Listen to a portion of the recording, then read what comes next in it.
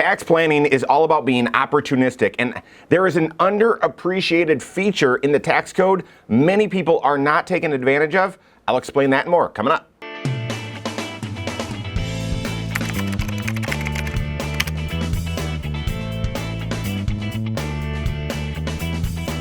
My name's Mike Bernard. I'm the host of the Wise Money Show. I'm also one of the certified financial planners right here at Korhorn Financial Group. Make sure you hit that subscribe button, turn on notifications, and smash that thumbs up button. You ever wonder why they allow you to contribute to your IRA, your Roth IRA, your HSA, sometimes a 529 for last year? You can contribute to any of those tax shelters from January 1 till December 31st. Yeah, that's logical, makes sense during the calendar year. But then you also have from January 1 until April 15 of the next year to contribute for the previous year. I think that feature's always been there. I've never really appreciated it. I don't appreciate much about the tax code. I'm assuming you're with me on that. But why would they even do that? What's the purpose? And are you taking advantage of it? If you think about it, this is a huge gift in the tax code because it allows you to take a look at your return. Hey, how did it all turn out? And then say, you know what? I've got some more cash flow right now, or I see an opportunity in my taxes, and I'm actually, even though I'm into the new year, I'm going to make a contribution for last year to improve things. I want to focus on that opportunity to use that time from January 1 to April 15 to contribute to a Roth IRA for last year and share a couple of reasons why you're going to want to do that. Now, the Roth IRA, fantastic tool. I get teased about it because I'm such a big fan. Your contributions do not help you on your taxes today. It's after-tax contributions to the Roth. As you then have those dollars invested, all the growth and interest income and all that sort of stuff, dividends, it's all sheltered from tax while it's in the Roth. And then when you pull the money out after you've had a Roth IRA for 5 years and you're age 59 and a half, all that growth comes out tax-free. So really an unbelievable tax strategy, tax tool. You can contribute up to $7,000, up to 100% of your income, or $7,000, whichever is lower. If you're age 50 or older, you can do an extra $1,000 on top of that. But your income needs to be below certain limits, okay? And here are those limits up on the screen, and they're changing a little bit for 2025. But if we're talking about contributions for last year, for 2024, basically married filing jointly, your modified adjusted gross income needs to be below $230,000 in order to contribute. Single filers, significantly lower than that. So when are some times you need to be opportunistic and be thinking of, all right, using that space between January 1 and April 15 to contribute to your Roth for last year? Well, the first one is if you're getting a big refund. Guys, I just reviewed a tax return for an individual a family that says, hey, KFG, will you prepare our taxes? And we don't help them in any other way. They haven't reached out and asked for it. So that's it. Married couple, 2 kids, 2 young kids. Make about $125,000 and just one job. So primary breadwinner, 2 young kids. They get the only kind of unique thing is they get a $4,000 child tax credit. That's $2,000 for each of the kiddos because they're so young. $14,000 refund.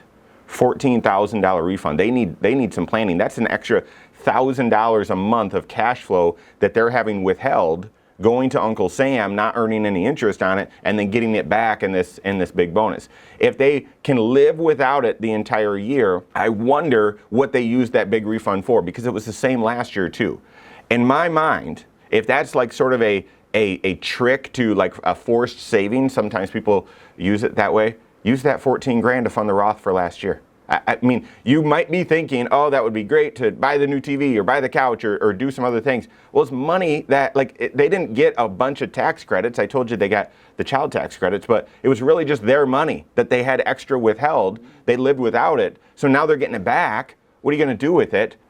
I don't know their goals. I don't know their financial situation other than what I can see on their taxes. Fund the Roth. Max out that Roth using that refund. You can state while you're preparing the taxes before you even make the Roth contribution, okay, I solemnly swear I will contribute to a Roth IRA, $7,000 for me, or even $5,000 for me, $5,000 for my spouse, or whatever. You can file your return saying, I'm going to do that. And then 2 weeks, 3 weeks later, get your refund and then use your refund to make the contribution. As long as that's done before April 15th, that is allowed.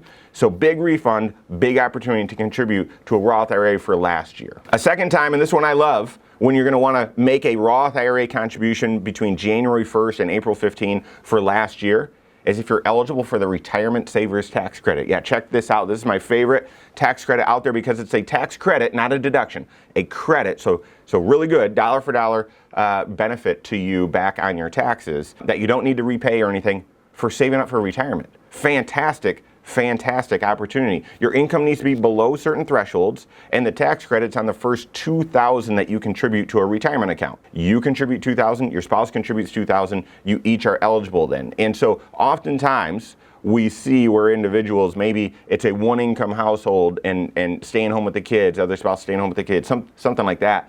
Or maybe you're just getting started in your career or whatnot, and only one person is contributing to retirement, and therefore only one of the married couple is getting this tax credit. Oh no, use some of your refund, find some cash between January 1 and April 15 to put $2,000 into a Roth and double that tax credit to maximize that retirement savers contribution credit. And then a third time, to be opportunistic and contribute to the Roth between January 1 and April 15, and doing that for last year, is if your income's on its way up this year. If your income's on its way up, then what that means is you've got more cash, likely, more cash flow, more cash between January 1 and April 15, and now you've got an opportunity to do something with it. But the other thing is if your income's on its way up, you might be in a higher tax bracket this next year and a lower tax bracket last year, and therefore let's contribute after tax last year to have some dollars growing tax-free. Also, if your income is really on its way up, maybe you're not able to contribute to a Roth IRA that much anymore, right? And you've got an opportunity to do so last year. You don't want to squander that opportunity. So those are just a few of the reasons why you're going to want to capture that opportunity, or at least be aware of it, okay? When you're preparing your tax return, one of the questions you need to answer is, well, is there anything that I should be doing right now before I file this thing to improve last year's tax return? Be on the lookout for these 3 reasons to fund a Roth IRA for last year. Work with your CFP on that. If you don't have a CFP on your team, you can contact one on my team. Find us online, Korhorn.com. That's Korhorn with K. WiseMoneyShow.com. You can find us there as well, or give us a call, 574-247-5898. All right, there you have it. Go out and take your next wise step in your financial life.